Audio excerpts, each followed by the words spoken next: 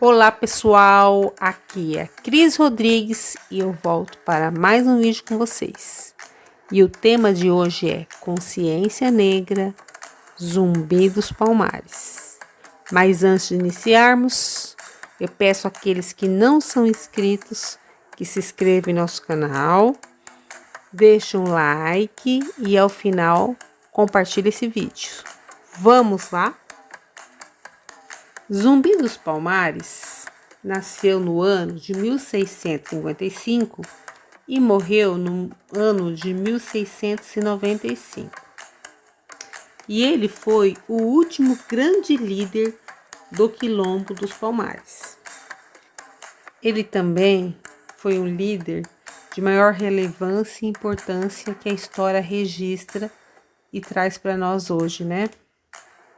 Zumbi era um líder de grande respeito e admiração pelos integrantes do Quilombo, né? Ele tinha muitas habilidades. Ele era guerreiro, ele era corajoso, ele tinha liderança, ele tinha conhecimentos, ele tinha estratégias. Ele lutou pelo culto e pela religião e pelo fim da escravidão no Brasil. Zumbi era conhecido o modo como ele conduzia o Quilombo dos Palmares. Ele era um ótimo estrategista militar, ele era organizado, ele era um líder considerado severo. Inclusive, existe registro de que tinha uma escravidão branda que regia o Quilombo dos Palmares. Era um líder muito rigoroso, que não admitia a dominação e a escravidão branca que o branco exercia sobre o negro. Então isso é o que mais destaca nele. Ele lutou muito, ele guerreou muito, ele é o símbolo da resistência, né? Porque ele organizou e chefiou, liderou um quilombo que foi imenso, né? Que ele floriu muito, frutificou muito, ele fez ricamente. E não admitia-se a escravidão, ele não aceitava o negro ser escravo. Zumbi era sobrinho de Ganga Zumba. Ganga Zumba foi o último líder antes de Zumbi. E o Ganga Zumba era filho de uma princesa de Aqualune, dos Jagas, um povo de tradição muito guerreira, militares de natureza, sangue da guerra. Há poucos dados e indícios da vida pessoal de Ganga Zumba. Sabe-se que ele era casado, né, e teve família. Zumbi também, não se tem muito registro, mas de Zumbi sabe-se que ele era casado com Dandara e teve filhos. Dandara era uma mulher muito habilidosa e lutou lado a lado com Zumbi. Zumbi nasceu aproximadamente no ano de 1655, no Quilombo dos Palmares, na capitania de Pernambuco, que é a região da Serra da Barriga. Hoje, o local é a União dos Palmares. Está lá todo o registro com o museu, né? No estado brasileiro de Alagoas. Tem muita coisa registrada lá. Quando o Zumbi tinha 6 anos, ele foi aprisionado pela expedição de Brás da Rocha Cardoso e entregue aos cuidados do padre Antônio Melo, em Porto Calvo. Então, quando ele era criança, ele foi pego aí, sequestrado, né? E deixado com o padre que criou ele. Então ele foi batizado e ele recebeu o nome de Francisco. E teve uma educação muito boa, bem esmerada. O padre dedicou bastante a ele. Ele aprendeu inclusive português, aprendeu latim. Ele foi catequizado, batizado na fé católica. Quando ele tinha 10 anos, ele já era fluente em português e latim. E aos 15 anos, ele fugiu e retornou para o Quilombo. Então, assim que ele teve a oportunidade, que ele cresceu, mesmo que instruído e bem cuidado, ele resolveu voltar para as raízes dele, né? E há alguns anos, no ano de 1675, Zumbi ganha notoriedade e reconhecimento no Quilombo, né? O pessoal de lá, os líderes lá, começam a ver como Zumbi se destaca junto às tropas, nas batalhas sangrentas. Ele demonstrou muita habilidade como guerreiro, né? E quando ele tem 25 anos, ele desafia o próprio tio para uma luta, para uma batalha. Ele desafia a liderança do Quilombo. Ele almeja, ele deseja para ele aqui, o Quilombo. Ele quer ele mandar no Quilombo dos Palmares. Lembra que quem está dominando o Quilombo aí é o Ganga Zumba, né? E aí, em 1680, ele assume o lugar do Ganga Zumba. E ele vira o líder de Palmares. Segundo alguns estudiosos, o Ganga Zumba foi assassinado e tudo demonstra que teve participação aí do próprio Zumbi.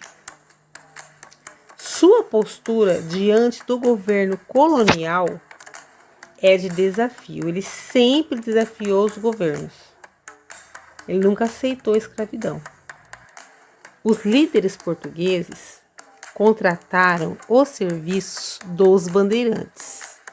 Um específico era o Domingos Jorge Velho e Bernardo Vieira de Melo para ir atrás do Zumbi. Já estava dando muito trabalho, estava se destacando muito já. E em 1694, eles lideraram o ataque que iria destruir o Cerco do Macaco, capital de Palmares. Palmares era muito grande, né? Destruíram completamente e ferem seu líder. Eles ferem nesse dia o Zumbi dos Palmares. Mesmo ferido, ele consegue fugir da emboscada. Destacando só que a palavra zumbi, ela faz uma alusão a seres espirituais, as fantasmas, espectros e doentes. Então é um nome que eleva o pensamento ao mundo transcendental, né? Então esse é um nome muito misterioso. Esse é um nome já carregado de muita energia. E zumbi significa isso. E no ano de 1695, no dia 20 de novembro, Zumbi é delatado. Como acontece em grandes histórias trágicas, né? Sempre tem um traidor. Então, porque lembra que ele tinha fugido, que entraram no Quilombo, fizeram uma destruição, os bandeirantes? Então, e ele conseguiu fugir? Ele estava escondido, ferido, né? Estava se recuperando. E ele foi delatado por um dos seus capitães, o Antônio Soares. E aí então ele é morto pelo capitão Furtado de Mendonça. O líder de Palmares tinha 40 anos de idade quando ele perdeu a vida. Após derrotar e matar Zumbi, o capitão foi premiado com 50 mil réis por Dom Pedro II em Portugal. Sua cabeça foi cortada, lembrei aí Tiradentes, né? Foi cortada, salgada e levado ao governador Meli Castro. Por que salgada? Para ela não ficar com mau cheiro, é como que faz com carne de charque, né? Tempera ali a cabeça para ela não estragar, para ela viajar durante um tempo para chegar no destino. E ela foi essa cabeça aí salgada, conservada, ela foi exposta em praça pública, né, para expor para as pessoas verem. Que foi um modo de acabar com o mito da imortalidade de Zumbi dos Palmares. Lembra que eu falei que o nome dele fazia uma alusão ao mundo espiritual, a essa energia, esse mundo, né, místico, né? Então é como se ele fosse imortal, porque ele era um guerreiro que ganhava todas as lutas, ele era um líder muito conhecido, muito respeitado, então tinha muitos mitos, muitas lendas sobre ele. A data da morte do Zumbi dos Palmares, que é no dia 20 de novembro, foi adotada como o Dia da Consciência Negra. Uma das grandes polêmicas na vida de Zumbi foi o desentendimento com Ganga Zumba. Em 1678, o líder de Palmares era Ganga Zumba. E em meio a décadas de lutas, muitas mortes, ele recebeu, o Ganga Zumba, uma proposta das autoridades coloniais. Nessa proposta, o governador da capitania concedia a liberdade para todos os negros nascidos em Palmares, mas todos que fossem fugitivos deveriam retornar a seus donos. Se o líder dos Palmares aceitasse a oferta, no caso seria o Ganga Zumba, os nascidos em Palmares poderiam viver sua liberdade normal, como súditos portugueses. Então, qual que é a polêmica? Qual que é o desentendimento? Ganga Zumba queria fazer um acordo com o governo, que quem estava já no quilombo, porque geralmente os escravos fugiam das fazendas e iam parar no quilombo. Lá eles trabalhavam, eles comiam, lá eles plantavam, lá tinham acampamentos, E os quilombos aceitavam todos os negros. Qualquer negro que chegava era aceito nos quilombos. Então, Ganga Zumba fez um acordo que a partir daquele momento não ia mais aceitar ninguém. Então, todos os negros que chegassem, a partir daquele momento, eles teriam que voltar para as fazendas porque o quilombo não iria mais aceitar. Mas Zumbi não gostou dessa proposta. Zumbi ficou muito indignado com essa proposta e com Ganga Zumba ter aceitado. Zumbi dizia que a liberdade era uma conquista para todos, era um direito de todos. Tá aí todo esse valor, essa valorização, esse respeito, essa dignidade desse homem, Naquela época, com essa proposta, ele podendo ser livre, mas ele lutava pela liberdade dos outros, os irmãos que estavam ali buscando por ele. Vem daí a polêmica que talvez alguém tenha matado Ganga Zumba, podendo ser Zumbi ou qualquer outro que estava ali indignado com essa proposta e dele ter aceitado.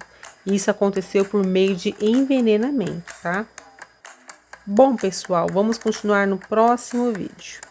Quem chegou até o final, curte e compartilha. E comente se gostou ou não. Um grande abraço. Beijos no coração.